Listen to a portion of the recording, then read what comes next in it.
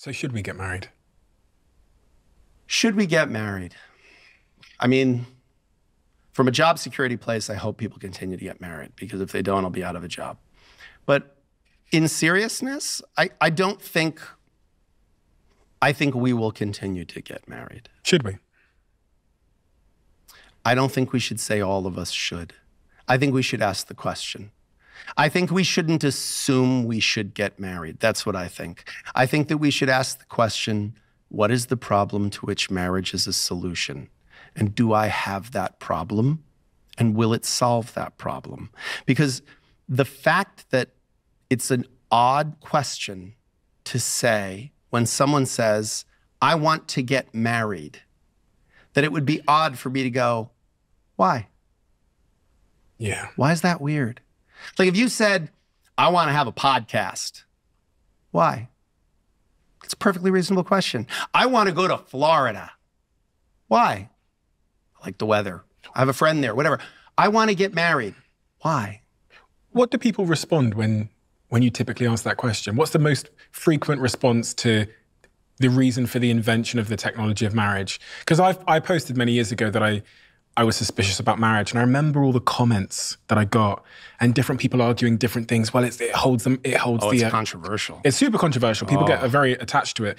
I remember one of them was a case that it's the best environment to raise kids in when the parents are in that kind of bond. I heard another one, which means that you stay and you solve the problems instead of running away. So marriage is really good for that regard. But you know the reasons why people say marriage makes sense. What are those key reasons why? I think that there's religious reasons. That's a big one. I get all the time. Like in the comments, there will be like 1 billion people that go, marriage is a covenant between God and and it's as if like I hadn't heard of this, you know, as if I didn't go to Catholic school my entire life. Like, yes, I get it. I get it. That's a belief you have, and that's okay. Like my beliefs don't require that you believe them. Yours may require that I believe them, and that's okay. Like we're going to agree to disagree if your fundamental thing is that God spoke to you and told you a thing, whether it was in written form or verbally. Like I can't argue with that. You sound like you're a big fan of love and not a big fan of marriage.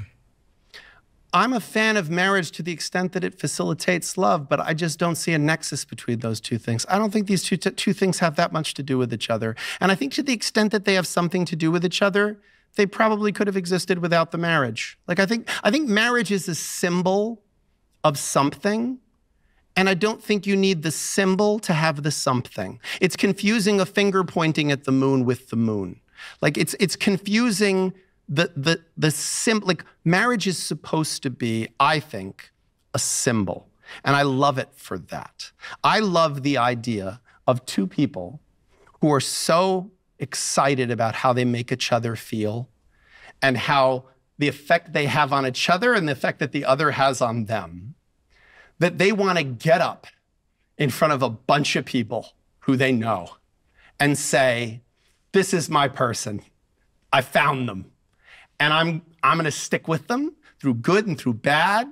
And I'm going to see their blind spots. And I'm going to not be a yes man. I'm going to tell them when they get it wrong, but with love.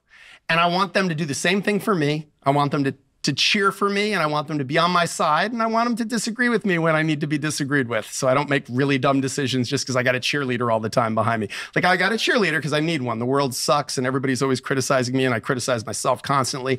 But having this person next to me who goes, man, you can do this. Come on, get up. You can do it. You know, or I fell down. It's okay. People fall down. You're great. Get up. Come on, you can do it.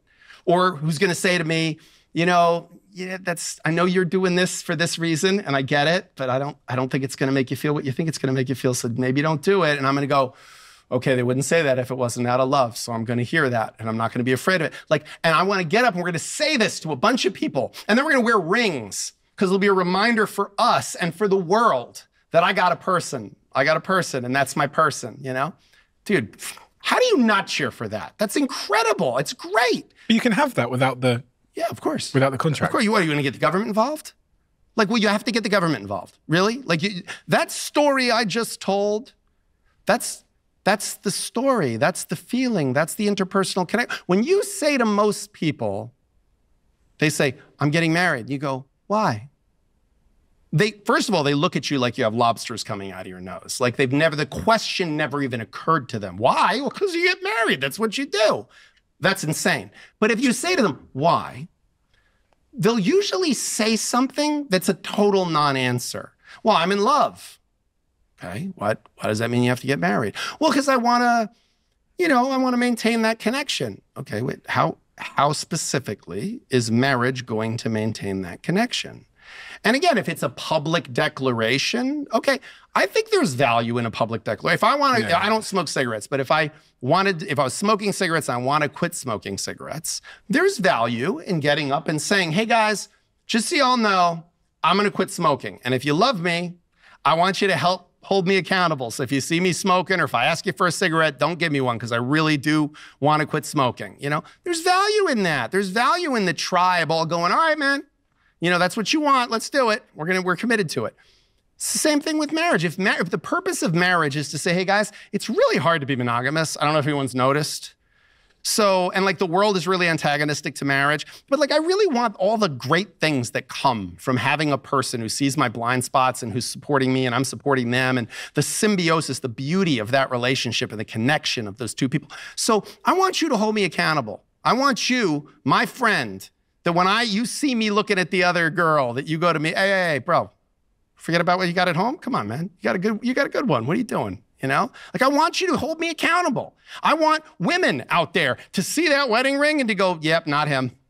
Not him. Even if he talks to me, not him. He's married. Let's leave that one. Why? Because if it was my one, I wouldn't want him talking to some other girl, so I'm not going to talk to him.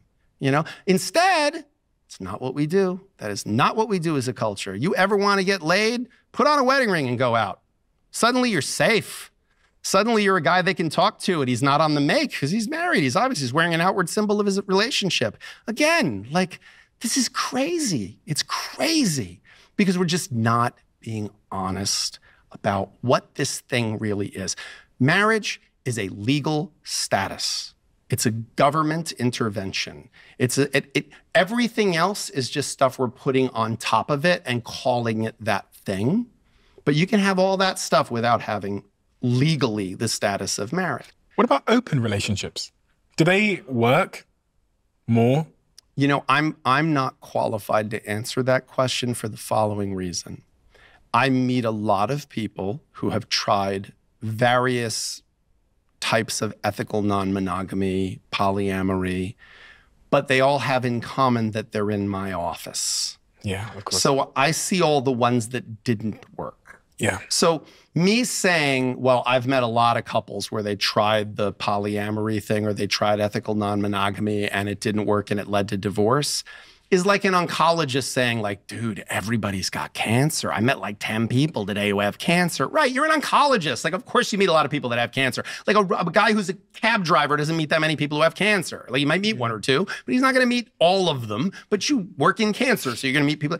I happen to meet people getting divorced. So I've met a lot of people that gave that a shot and it did not work. Now, again, was that in case of emergency, break glass? Let's just try this? Have you ever seen it work?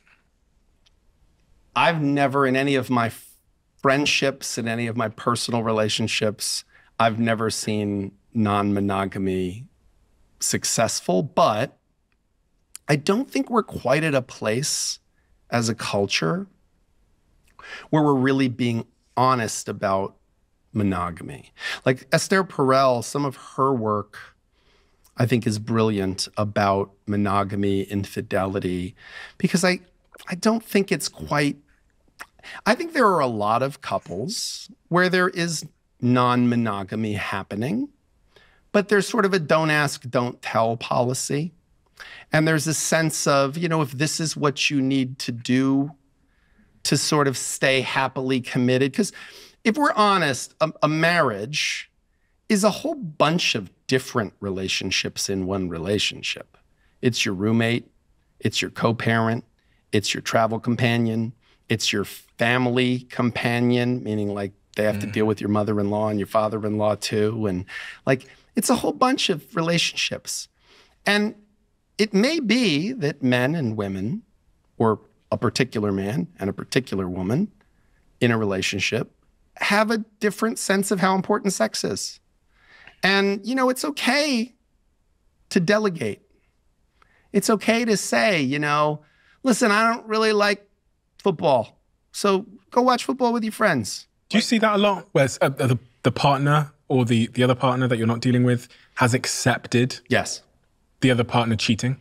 Well, not cheating, but they've allowed them to just quietly go in. I've had a lot of people who come in and say to me, he had a bunch of affairs over the years and I just let it go. Like, really? Or she had a bunch of affairs over the years and we didn't make an issue of it. Okay, yeah, so really.